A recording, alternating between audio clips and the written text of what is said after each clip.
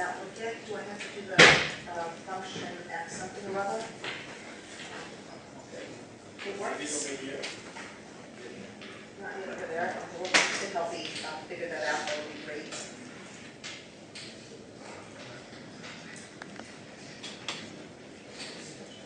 So Brian, I understand that it shows it here, so that's good. That means that you can see it. I can just talk to the title of the talk before that. Oh, it's great. Okay, thank you. Thanks very much. So, I titled the talk through the lens of Drosophila, John McCarthy's quest for human-level artificial intelligence, because John was known, for those of us who knew him, he was known for being particularly interested in sets of problems that he called Drosophila. And these are problems that he believed were relatively small, could be solved relatively quickly, and relatively is the operative word over here, because they turned out to be more difficult generally than anybody believed. But that was part of his gift, that he never picked problems that were trivial. And he was interested in seeing how these could be explored and what they showed about the reasoning that was necessary in order to achieve human-level artificial intelligence. And this is also important, the fact that he was always focused on human-level artificial intelligence, and especially in an age where people are looking to see, there's a lot of emphasis at this point on artificial intelligence that can be used for applications that are very useful and they're wonderful, and they employ our graduates. So I'm delighted that we have these applications, but they very often fall short of really being human level in many fundamental ways. And John never lost sight of that, and I thought it would be good while talking about the major themes of John's work and about his life to look at some of these Drosophila. A lot of them are ones that, when I started reading these papers, there were so many that I found that I had never really heard of. Others were, I don't know if they've been written down, but I remember them from conversations. So there's a combination of those in this talk. So the topics that I'm going to cover, well, Gerd already said what I was going to say about the suitability of having this talk at the KR conference. John McCarthy was not involved in developing this conference as far as I know, but of course he was involved. He invented the field. There was no knowledge representation before John, and even before he realized that there was a need for knowledge representation, he was already moving in ways that went away from approaches that didn't allow for the representation of knowledge. So what I want to talk about are what made John McCarthy unique, and of course that will, I'll be talking about his life, the major themes in his work, as I mentioned, the notion of Drosophila, and the legacy that he has.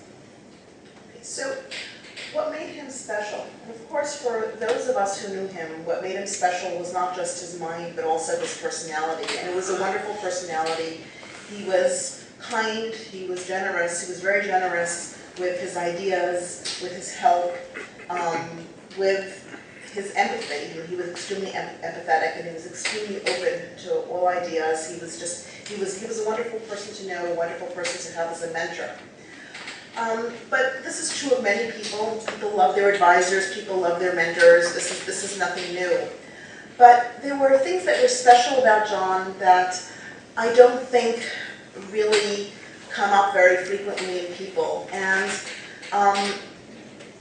I think when we talk very often, there's a theory that was that's been developed over among philosophers over the centuries. It's well known in the works of Hegel, or at least the way people understand Hegel, the way people understand Marx, and it's this idea of historical inevitability. And people often say that, it was the time after World War II, it was the time for artificial intelligence to be developed. There have been so many things that had gone on in terms of theory of computation, the work of Turing, the work of Church, the decoding that had gone on in World War II. And that post-World War II, the world was ripe for artificial intelligence. and this is certainly true, but there was a lot about John that transcended the times that he lived in, and I think that he, by himself, is just a counterexample to the theory of historical inevitability. That theory, as I said, which is promulgated by Hegel and Marx, is that when there's a certain time, an individual will come and fit in that time. So the theory is that if it hadn't been Napoleon, it would have been somebody else. The time was right for somebody to come in and kind of, on the one hand, want to make this world empire, and on the other hand, spread the idea of civil liberty, which Napoleon did also. But the point is, this is a typical example that Hegel and people like Hegel and Marx use. But when you have somebody like John McCarthy, it goes way beyond the times that he lives in.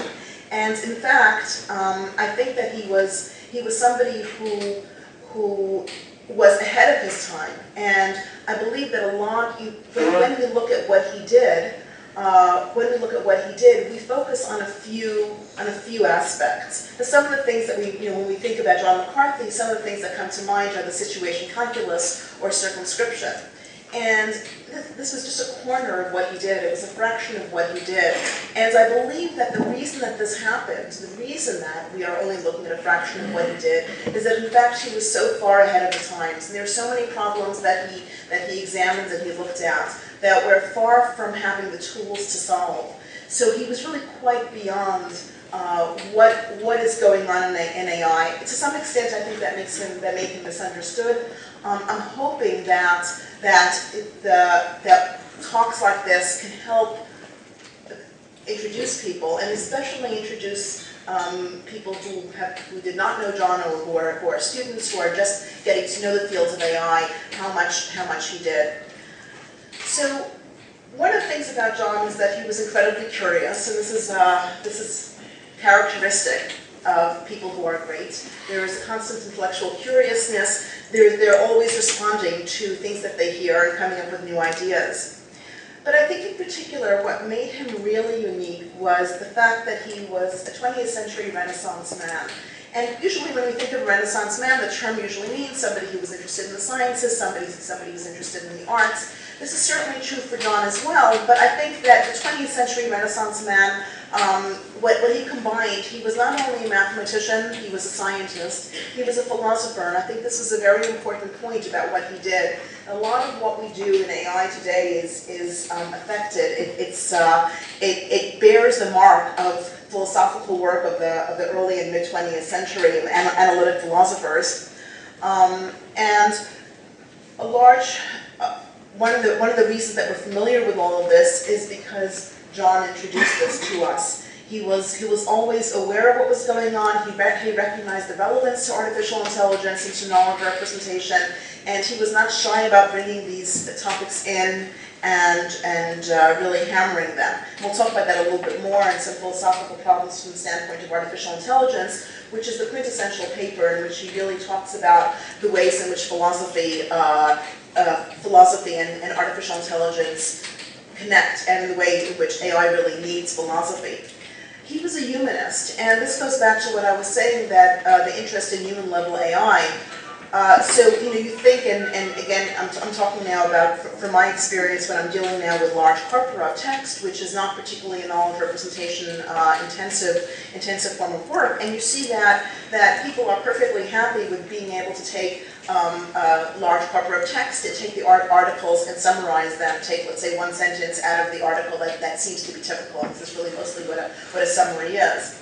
But it's not human-level AI. It's something that can be done without thinking, without understanding. You can't ask a system that does that kind of snippet snatching from a text to explain why that's the most important sentence, or to explain a cause of that sentence, or anything that would come from that effect. So it is artificial. These are artificial intelligence techniques. They're not humanistic. They're not human level.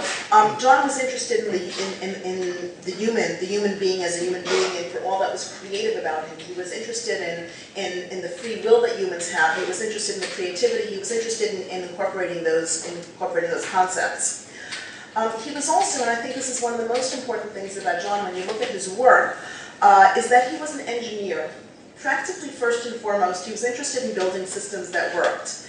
It's hard for us to really accept that in a way, because when we look at his work, we see a set of papers that are quite theoretical. We see a bunch of axioms, we see some theorems, we see some calls for certain pieces of mathematical apparatus that have to be invented. We see those apparatuses when they are invented, but we don't really see the systems being built. But in fact, we know from John's other work, for example, when he developed the first system, he implemented the first system, or one of the first systems for time sharing, that he was extremely interested in systems. He was extremely interested in getting things to work.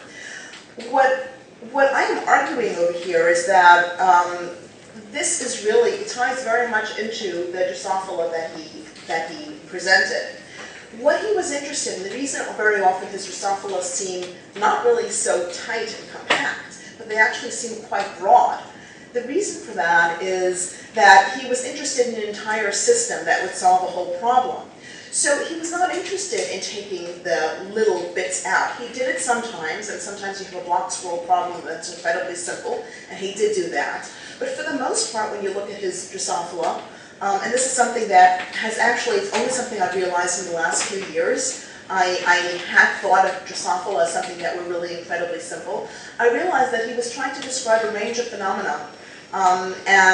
And this is because he was trying, as he was developing an axiomatization, his axiomizations were often somewhat shallow and touching on many points of a problem. And the reason was that he was kind of sketching out, you have to cover, he was basically saying you have to cover all of these in order to get a solution. So I believe that the engineering aspect is a very important aspect. It's one of the things that led him to the discoveries that he did, because he was really interested. He never had a narrow focus. He really always had a system-wide focus.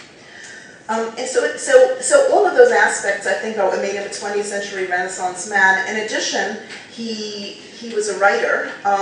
Of course, we know that he wrote technical works. He also wrote commentary. He wrote reviews on papers. In addition, he did a lot of social. He did a lot of social commentary. He was.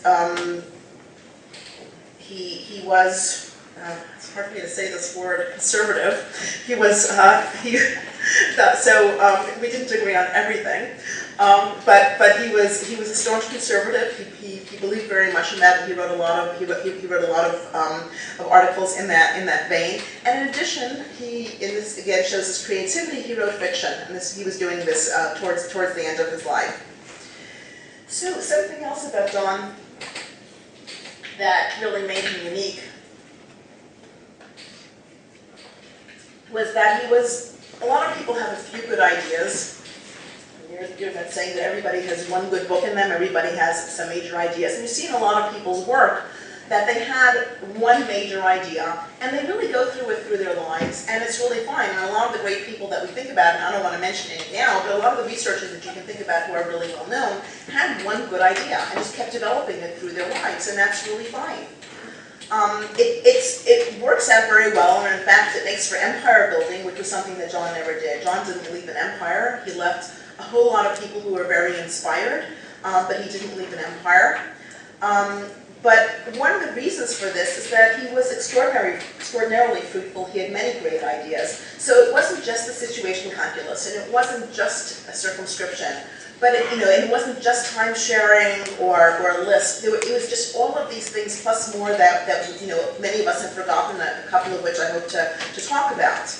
And this is one of the things that truly makes him unique, and why I believe that there would have been nobody like him had John not been around. The field just would not be where it is today. This is not something where you could say somebody else would have come around. He was also an organizer. So he started out by organizing. He started out organizing the well-known Dartmouth conference in 1956. This is where he first invented the term of AI and organized people to work in it, so that there were a bunch of people who all had the same idea. He organized the MIT AI lab. He organized the Stanford AI lab. Years later, he organized the Common Sense Symposium. And he did that as well. So he wasn't just sitting in his ivory tower, he was always out there and really making sure that the ideas got out to people. So just a little bit about his early life. And I should mention over here, the material that I got over here. So the pictures come, these all were found on a very nice website that Marianne Williams has developed.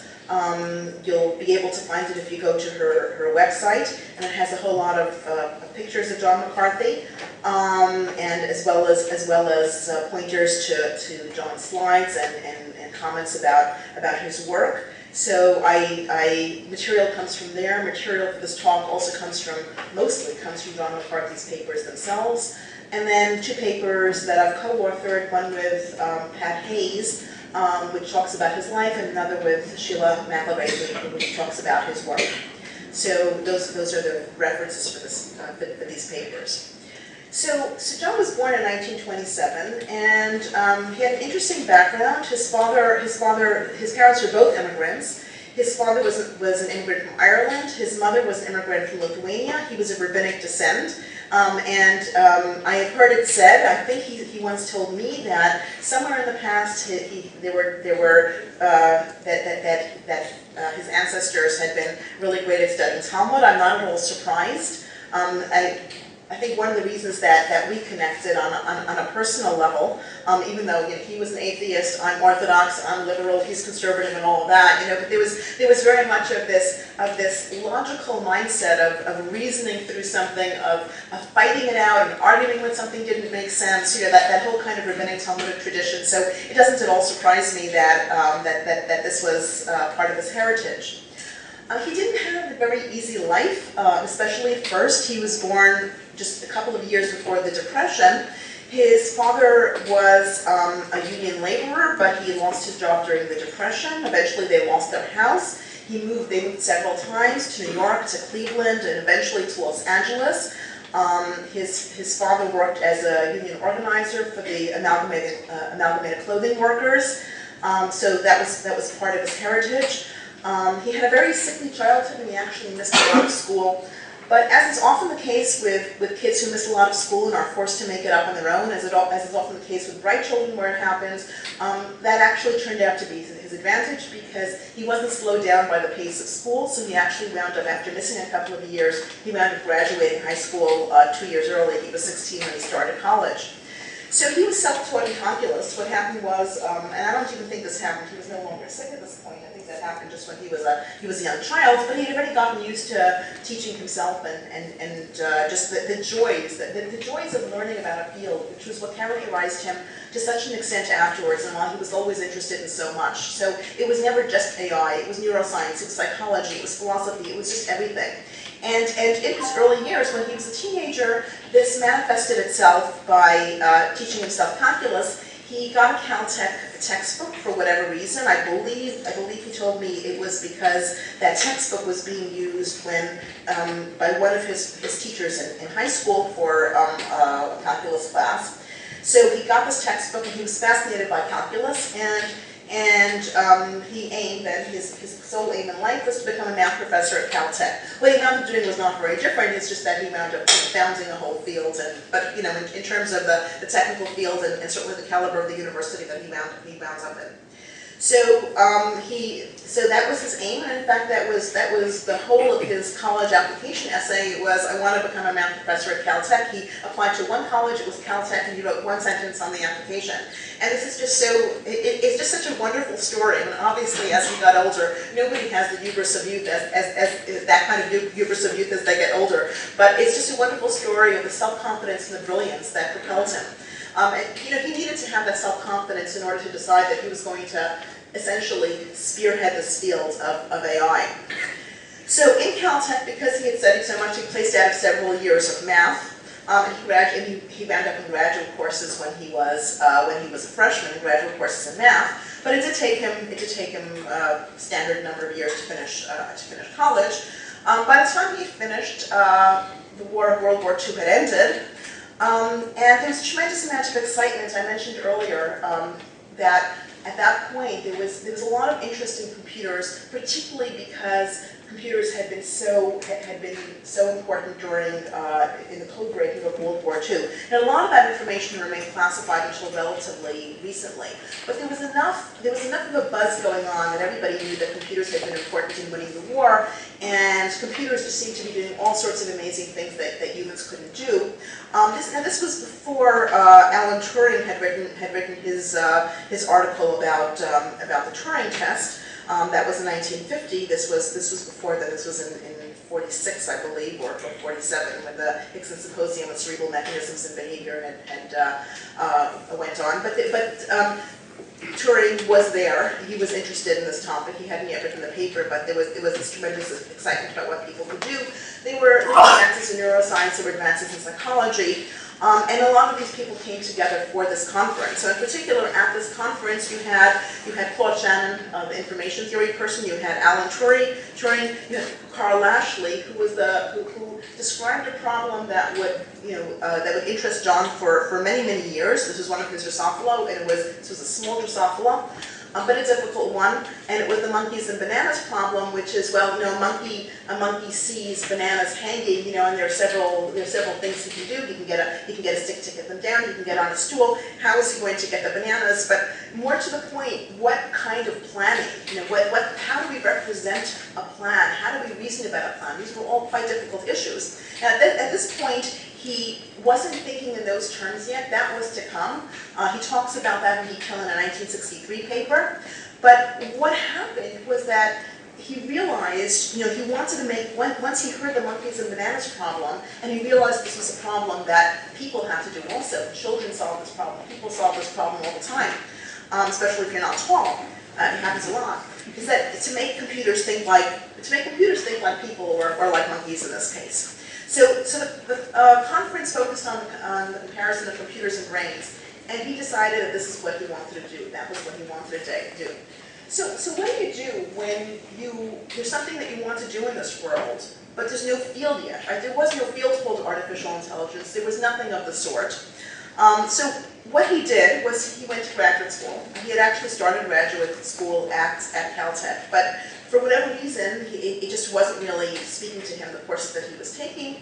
He went to Princeton, where he had a relationship with von Neumann. He was able to talk to von Neumann. And he finished his PhD in 2 years, which is pretty amazing. For those of us who have PhDs, and for those of us who don't have PhDs, I don't know anybody who does that. And he had his first, relatively speaking, AI idea, which was of two interacting finite automata. The idea was that one would represent the brain, one would be like the brain, one would be like the environment, and he wanted to see how the brain would act together, would interact with the environment. So this was encouraged very much by von Neumann. But as McCarthy started working on this, he rejected the idea, and the reason he rejected it, it basically foreshadows his interest in knowledge representation, is that he realized that there was no way to represent information, and that was something that you couldn't do with automata. You couldn't do this explicit representation of automata. So he basically dropped the idea. He figured whatever. He did his thesis on something in differential equations. It was something that he knocked out in a very short period of time. Obviously, he got his PhD. So now he could go on. By the way, during this time, McCarthy also taught himself Russian. He translated textbooks, so that was just kind of on the side. He was a graduate student. He needed a little extra cash, and he was just so brilliant that he was able to do this sort of thing. After graduating, he became an instructor at Princeton, and at that point, Marvin Minsky was starting graduate school, and the two met and they hit it off. And although afterward, they had a wonderful partnership, and though eventually they wound up having different directions in AI, it was a partnership that was tremendously productive. So he and Minsky had this interest, and he was working. He had gone from Princeton. I believe at that point he was at Stanford. This was before his eventual settling at Stanford. He'd gone to Stanford for a short time after being at Princeton, and believe it or not, he only was at Stanford a couple of years because they didn't renew his contract. Everybody makes mistakes. They made it up to him afterwards. But in any case, While he was at Stanford, he spent a summer at Bell Labs, which was typical of faculty at that point, more so even than today. You know, I think today the demands of students and the demands of the things that you have to do are greater. People don't do this quite that much. But when you read and talk to people about the early history of AI, everybody was spending all their summers in just these amazing places, and that, you know, it was one of the reasons that there was just so much of fertilization, of cross-fertilization of interests, and just such a ton of intellectual excitement. So he approached Shannon, and Shannon, who, you know, his difficulty with his first AI idea of interacting finite automata, but there was no way to represent information, who better to think about it than Claude Shannon, the information theory guy. So he approached Claude Shannon, to collect papers on intelligent machines. But Shannon turned out to be a little bit wary about getting into a new field. So he said, well, let's not call it intelligent machines or intelligent reasoning. Let's just call it automata studies. And they did a collection on automata studies. And sure enough, people, you know, sent in all sorts of papers on finite automata, nothing to do with intelligent reasoning. And John just thought, well, you know, if I go on like this, I'll never get anywhere. Let me just, you know, go ahead with actually doing this intelligent machine thing. And he called it artificial intelligence. And that's what led to the birth of artificial intelligence and knowledge representation. So there was this famous Dartmouth conference of 1956, and two people helped him organize it. That was Claude Shannon of Bell Labs and Nathan Rochester of IBM. And in addition, his friend Marvin Minsky, as well as two other people who became very well known in AI, Herb Simon and Alan Newell. And the idea was to have 2 months. The focus was on creating intelligent machines. And what they did was they collected papers. It was a 10-man, 2-month effort. And at the end, you know, when speaking to John about it, he said that in a sense it was very disappointing. He said everybody came with their own agenda. Everybody talked about the research that they wanted to do. I mean, it's just like so similar, right? And pretty much almost nobody talked about AI. But there were these 4 people, and in particular Shannon and Rochester, who had been very, very helpful with organizing it. They really did have their problems, and partially because they were in industry, and industry really kept a strong, you know, a very strong advise on what it is that they could do. So, you know, Nathan Rochester, for example, a few years later, you know, this was in 1956, but he was allowed to organize the conference. But a few years later, in 1960, when IBM basically shut down for a short time, shut down AI, Nathan Rochester started doing other work. You know, so Claude, you know, so Claude Shannon and Nathan Rochester were helpful in the organization, but they were never really able to be helpful in the actual research. But at that point, what John told me afterwards that he got out of it was that he got the commitments of 4 researchers, himself and Minsky and Newell and Simon, to AI projects, and that's basically what was needed. They needed that core. So the next thing they needed was to actually have an AI lab where it wasn't just, you know, it wasn't just McCarthy and Minsky, you know, but it was actually it was other things as well. So they managed to talk their way into. They managed to get the head of the MIT engineering computer science department at that point to commit to starting the AI lab. And this again is indicative of John's organizing skills. Had it not been for that, you know, well, I mean, everybody can have ideas, and you can sit there and have one colleague with whom you're going to be talking about these things. What really makes a difference if you're going to say, you know, I have these ideas, it's really interesting, I'm not just going to do them, I'm going to get my graduate students involved in it, I'm going to go out and actually create a full lab. He did that at MIT. He was to redo it again at Stanford. So they got a daily 8-hour shift on an IBM computer, which was all that could be done in those days, and a room, a secretary, you know, he punched 6 graduate students. They were off and running. That was basically it. That's what was to lead to what Marvin Minsky was doing on the one hand, and also the next major thing that John did. And this is where knowledge representation first took place. So. This was at a 1958 conference. I believe the paper, though, was published in 1959. And he wrote this paper about a particular problem, a particular Drosophila, which was, how are you going to get to the airport? What are you going to do? And his point was that he didn't want to write a little program that you would just, you know, run to see if, to kind of spit out a bunch of instructions how to get to the airport. He wanted to do this with declarative knowledge. He wanted to do this with common sense knowledge.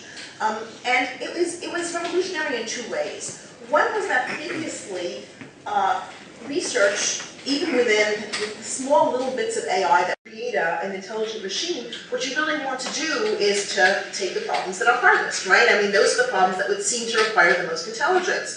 But John's realization, and this was his brilliance, was that these weren't the problems that were that hard. The problems that were hard, the problems that required information, the problems that required common sense, the everyday problems the everyday problems that we have all the time, that in fact, it wasn't as if you could program a computer to play chess, it would be trivial to get the computer to figure out a plan to go to the airport. On the contrary, it really wouldn't make a difference. And in fact, getting, what does that say? 15 minutes, okay. So, only 1958. What? Excuse me? And you're still in 1958. Oh, I see. Okay, all right, I got it. Okay, don't worry. Okay, when I was planning out the talk, I also spent much longer on this part than the other, so it all works out perfectly.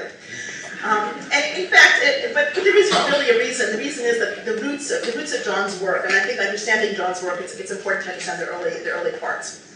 So what he argued was that what was important was declarative knowledge. So it assumed a couple of things. It assumed, first of all, that it would be relatively easy to write down the axioms, and John's justification for that was that these were common sense axioms and they could be used not just for an airport problem, but for other problems as well. It assumed the development of automated theorem proving, which was still in its infancy, almost in its really embryonic at this point. And the paper, when it was given, was very controversial. Bar-Hillel recognized the complexity of the problem, and he said, well, there's absolutely no way that you're going to be doing this. And his first objection to Yehoshua Bar-Hillel, who was a philosopher and who was present at this 1958 conference, said, well, what do you mean? You drive and you get to the airport. There's a million things that can go wrong. There can be a traffic jam, your car can break down. All of these things can go wrong. Well, in fact. Bar-Hillel was right, as McCarthy was to later realize.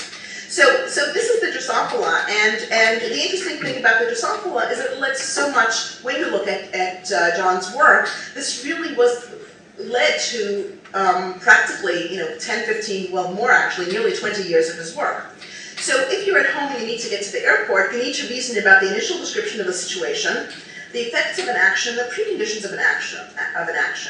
You need a formalism for expressing the basic facts. So in 1958, John gave a basic formalization, and this formalization turned out to be, way inadequate. I mean, there are all sorts of things that aren't going on over here. There's no representation of time, for example. There's not really any explicit representation of causation. It's all kind of muddled into the material implication operator. The axioms that were given were insufficient to solve the problem.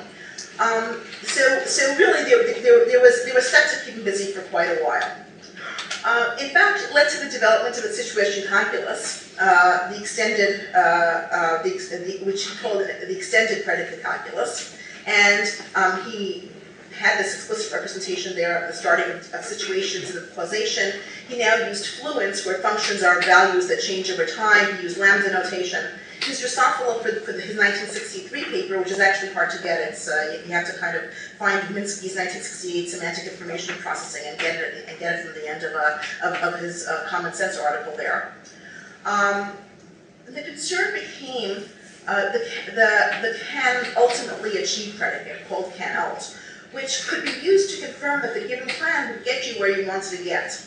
The connection between theorem proving and plan discovery, which was essentially what one of the students Cordell Reed worked on later on, was yet to come. So this is really what led to the SITCAL. Also during this time was the creation of the Stanford AI Lab, and the first realization of Bar-Hillel's earlier point that you need to jump to conclusions in order to do this. So going on now to a paper that he wrote in 1969, 11 years in the flash of an eye, Moshe, right? It all works out. Going to some philosophical problems from the standpoint of artificial intelligence, which is what he co-wrote with Pat Hayes, who looks much older than John in this picture. This typically happens, the pictures of John as a young man only came out when he died, unfortunately. It was really hard to find them before then, but now they're all over. Pat, thankfully, being still alive, we only have pictures of what he looks like today. But in any case, Pat worked with John, and it's really the richest of the papers in terms of new ideas, the problems in knowledge representation, the connections to logic and philosophy. When I first finished graduate school, and I myself was a faculty member at Brown for a couple of years, I would tell my students that if there's any time you need a thesis topic, just read that paper carefully, and you're going to get a thesis topic out of it. It's just such an incredible paper. So what's I think fairly well known is that McCarthy made a distinction between metaphysical adequacy, epistemological adequacy, and heuristic adequacy. Being able to somehow represent a world in a way where you can run the programs that get the answers, where epistemological adequacy, where you're able to represent the information in a way that you can talk about as knowledge. And this is really what he was after. Heuristic adequacy, which is something that's extremely important as well, and I think a lot of KR people address today because they have to, is making sure that when you have the knowledge represented in the way you need to represent it, that you also are able to do it in such a way, you present it in such a way that it lends itself to efficient computing. So the paper, in addition, had a reworking of situation calculus. But I think what's really most important are the problems that that McCarthy suggested. First of all, the knowledge preconditions problem, which is the problem of what do you need to know in order, let's say, to open a safe. You need to know the combination, to call somebody on the phone.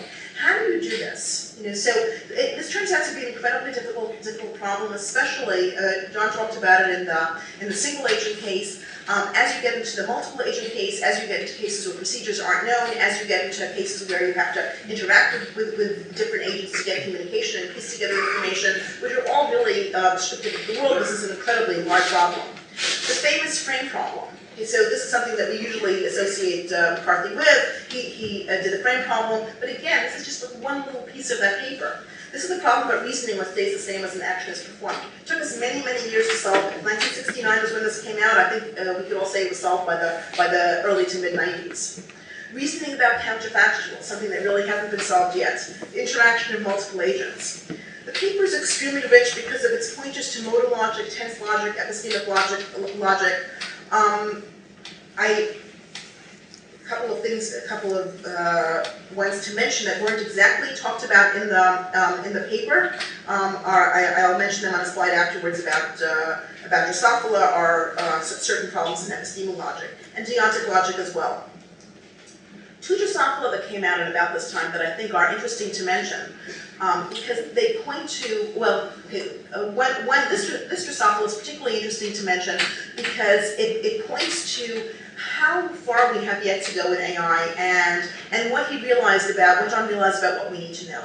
So what he did was he took the New York Times and there was a story about a furniture salesman who was pushed down the shaft of a freight elevator today by two robbers. A third attempted to crush him with the elevator car. And there are a whole lot of questions that John said an intelligent person should be able to solve, should be able to answer once he read this article. And how would we be able to do this? What kind of natural language would we need to do in order to do that? So who was in the store when the events began? Who was in the store during the robbery? Who had the money at the end? Did Mr. Hug, that's the name of the person, really, that was his real name, want to be crushed? What would have happened if he tried to run away? Did the robbers tell him their names? Did he know that he was going to be robbed beforehand? Does he know now that he was robbed? How did the robber try to crush him with a car? How long did the events take? These are really, and people, of course, can answer all of these. And some of these problems perhaps aren't really that crucial when you have a natural language problem, but others are. And the interesting thing is that this problem remains unsolved almost in its entirety. There were a whole set of problems, I believe 20 questions that John gave. I think perhaps one or two would be answerable by natural language processing program today. And in particular, large corpora methods, I think we've had them now for 20 years. It's been 20 years that people started using statistical methods on large natural language corpora to solve these problems, and they're nowhere near solving the problem. And they really want to solve a lot of these problems. So who was in the store when the events began, and during the robbery, and how long did the event take? And these are problems that are crucial for natural language people to solve, and this is something that I come up with all the time when analysts in the intelligence community really need to know this in order to make sense of a report. We're nowhere near doing this. So just to give a sense, John never worked on this, but it's just to give a sense of his foresight in defining these problems and realizing what made sense. In contrast, people who set up programs for natural language and for research generally don't have as broad a vision as this. And it's not surprising when at the end, what happens is perhaps less than satisfactory. Just, I mentioned before some epistemologic-oriented Drosophila, so 3 wise men and cheating husbands. People will know this very well from work by Moshe Vardi and Joe Halpern, reasoning about one's knowledge, one's ignorance, and others' knowledge and others' ignorance. So this was done in the late 60s, and it was later addressed by Halpern et al. And they did wonderful solutions. But that just gives a sense of, you need people of this caliber to work on all of John's Drosophila in order to advance the field. So, I mean, thank goodness we had Halpern and Vardi coming in to solve these problems, but it would be, the point is that we need more people like this. Okay, so briefly about the middle years, the development of circumscription is really one of the things that characterize John's middle years in the late 70s and the 80s. Circumscription is essentially a form of non-monotonic reasoning. You're trying to limit something. You're basically, it's basically within a first or afterwards a second order theory, determining some method of limiting, whether it's the domain and saying these are all the objects that exist, or the extension of a predicate, saying that this is all that the extent of the predicate is.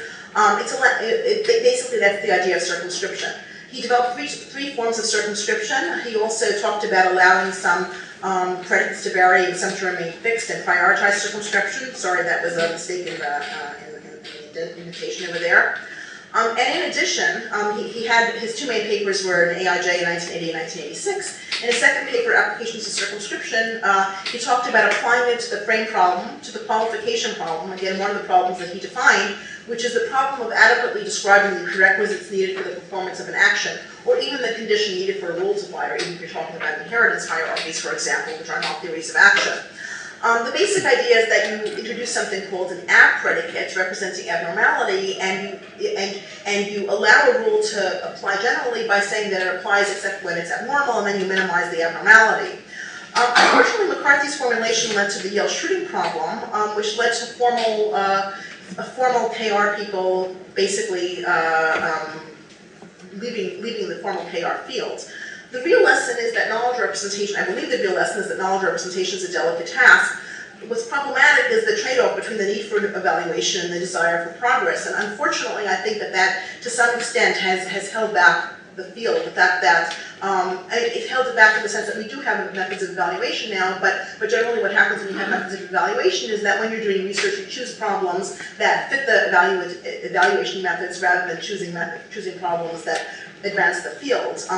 This is something that it's not something, you see John's problems now, and they are not in fact, they don't in fact suffer from this, but on the other hand, I think this may be one of the reasons that they tend not to be addressed by young AI researchers in the way that they otherwise would be.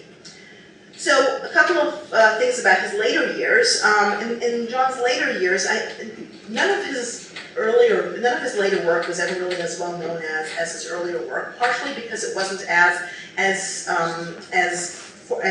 formalized in depth. Partially, I think, because he didn't have the energy, because part of getting out your work is the politics of it. But he did work on context, on elaboration tolerance. This is something that interested him especially because of the whole Yale-Schrödinger problem. How can you develop an axiomization so that changing axioms in some way, adding things, don't kill the theory? And his Drosophila in this case was the missionary and cannibals example. So there's the famous missionary and cannibals problem. You have 3 missionaries, 3 cannibals. You're trying to get them across the river without anybody being eaten. And there is a simple way to solve it, which Saul Amaral showed back, I believe, in the 60s. But John's point was that you could change that problem statement in so many ways, and you still should be able to solve it. Whether it's having irrelevant things such as the missionaries all wearing hats, or things that say that there's no solution when the boat has a leak, or that there's no solution needed when there's a bridge. And he basically was very interested in that problem. In addition, he did a bit of work. He did quite a bit of work actually both with Tom Costello and without on counterfactuals. That's something that had been interested in since 1969. He wrote about it in his Some Philosophical Problems paper, and extended the situation to calculus and processes of concurrency. One mentioned just a late Drosophila, which was quite interesting. So John really, I mean, he continued to be interested in all sorts of aspects of reasoning. And his reasoning wasn't only, his reasoning was really very far-ranging, and in particular he was very interested in physical reasoning. So one of his late Drosophila, I don't think he ever wrote it up, but I'm sure, Sheila, you've heard this, right? With the rummaging for keys in a pocket. So anybody can just like put their hands in their pocket and rummage for keys, and they pick out their keys, they know what their keys are. So there are all sorts of questions that come up. How do you know when you found your keys? What does it mean to recognize an object whose shape keeps changing? How do you know when your keys aren't there? We generally have a good sense of that. When do you need to use the strategy of emptying everything out of your pocket and looking at all the objects? When is the haptic sense no longer enough? What about if you know you have your keys in your pocket, you still can't find them? What can you do short of emptying your pockets? What other strategies can you use? So there's a variety of things that need to be done over here. There's haptic sensing, there's physical reasoning, in particular about objects whose shapes transform under motion. It's a very different sort of knowledge representation. As far as I know, nobody is working on this. But this is an example of the sorts of problems that John was thinking of, and which really made him such a unique thinker. I mean, he really went beyond the bounds. So just a little bit about McCarthy's legacy. I have a picture over here from Common Sense 2005. And there's John the center over there. So certainly his legacy are all the things that he organized, the labs that he set up.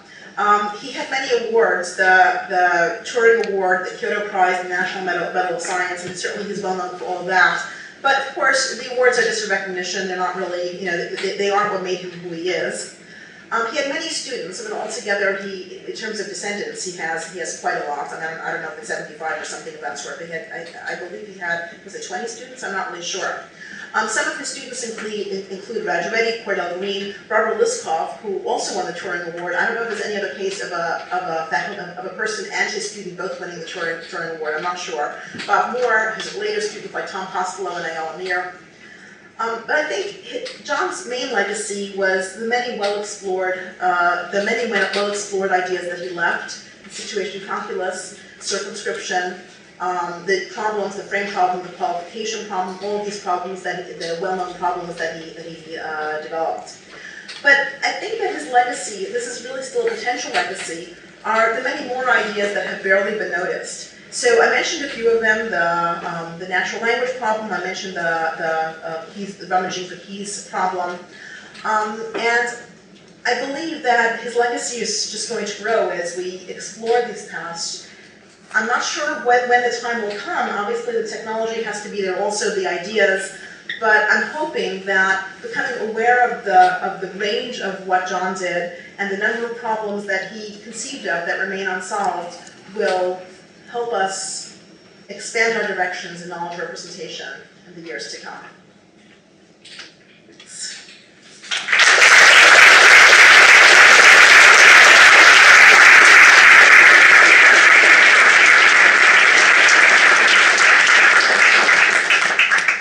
So, do you have any questions or?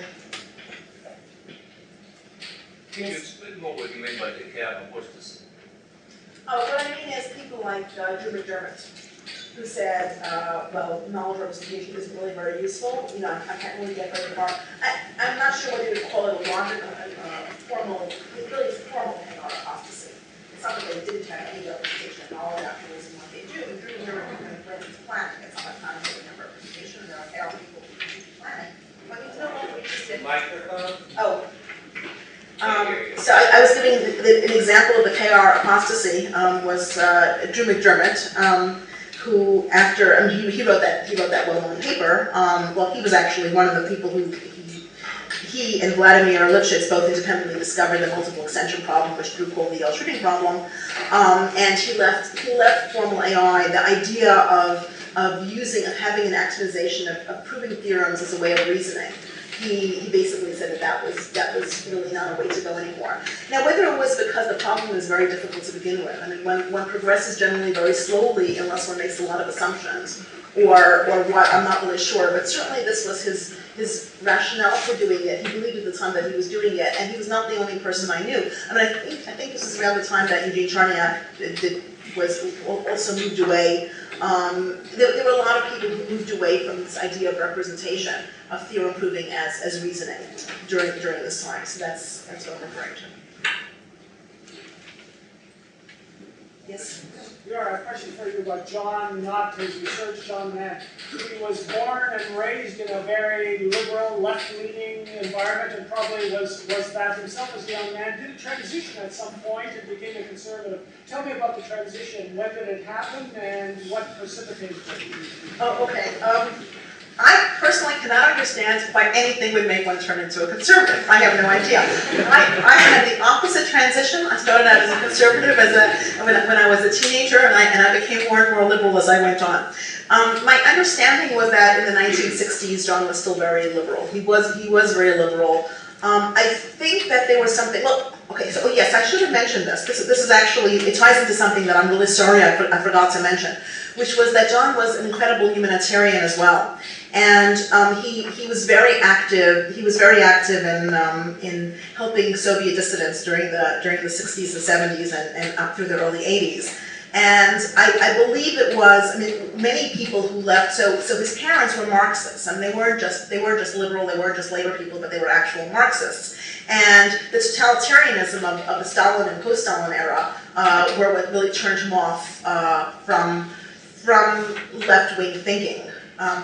Though, of course, I'm not going to editorialize about how Stalin wasn't really a liberal, but this was actually something that happened very frequently to people, and the Soviet Union certainly presented itself as a left-wing thought. And he was very turned off by that. He was more of I wouldn't even call him so much of a conservative, as more of a libertarian. I mean, that's really what I would characterize it as. But especially the thing was they conservative. I think he was very different. Oh yes, certainly that's true. Yes, right. That is certainly true. But I think the humanitarian aspect of John is just something else that points out to what a truly great person he was. That he really put himself at risk. He went to great pains. He smuggled in things like fax machines. When we all know the importance of information and getting people to overcome totalitarianism, and he did things like bringing in fax machines and printers, and he was very active in getting out certain Soviet scientists for conferences and then all together. So that was a very important part of his life as well.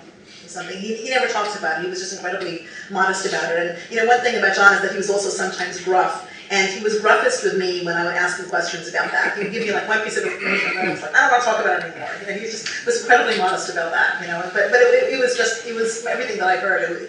He did great things, as far as that went as well.